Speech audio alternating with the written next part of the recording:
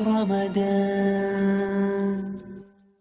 আপনি কি এবারে সেই ক্যাটাগরির লোকদের ব্যাপারে কিছু বলবেন যাদের হৃদয় আকৃষ্ট হয়েছে ইসলামের প্রতি, দ্বীনের প্রতি? এই লোকদের সম্পর্কে আপনার কাছ থেকে কিছু জানতে চাই। চতুর্থ ক্যাটাগরির কথা কোরআনে বলা হয়েছে সূরা তাওবা অধ্যায় নম্বর 9 আয়াত নম্বর 60, মুআল্লাফাতুল কুলুব, যাদের হৃদয় ইসলাম ধর্মের প্রতি আকৃষ্ট। এই ক্যাটাগরির মধ্যে বেশ কিছু টাইপ থাকতে পারে, যেমন ধরেন ধর্মপ্রচারের জন্য যারা নতুন করে ইসলাম ধর্ম গ্রহণ করেছে, আমি এদেরকে বলি রিভার্ট, এটাই সঠিক শব্দ, আবার ইসলামে ফিরে এসেছে।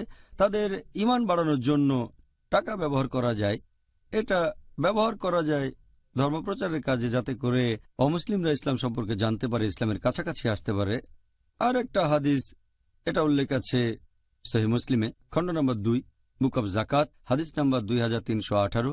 হযরত আলী রাদিয়াল্লাহু আনহু নবীর কাছে কিছু স্বর্ণের পিণ্ড পাঠালেন, সেগুলোর মধ্যে কিছু ধুলোবালিও ছিল। নবী সেগুলো 4টা আলাদা গোত্রের 4 জন লোককে দিলেন। তখন কুরাইশ গোত্রের লোকজন মনটা একটু খারাপ করল যে নবী তাদের গোত্রে কোনো লোককে স্বর্ণের পিণ্ড দেননি, তার বদলে দিয়েছেন নজ গোত্রকে।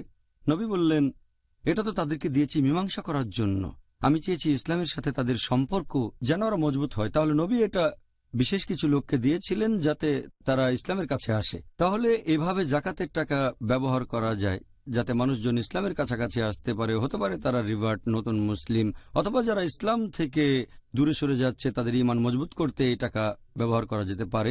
যেমন হয়তো একজন রিভার্ট যে নতুন ইসলাম ধর্ম গ্রহণ করেছে, হয়তো সামাজিক সমস্যা বা অর্থনৈতিক সমস্যা ছিল, জাকাতের টাকা দিয়ে একটা বাড়ি কিনে দিতে পারেন যদি তার বাড়ি না থাকে, অথবা জাকাতের টাকা সে ব্যবসা করতে পারে, আর্থিক নিরাপত্তা সে পেতে পারে, আর নতুন ধর্মবিশ্বাসে এসে তার ভালোই লাগবে।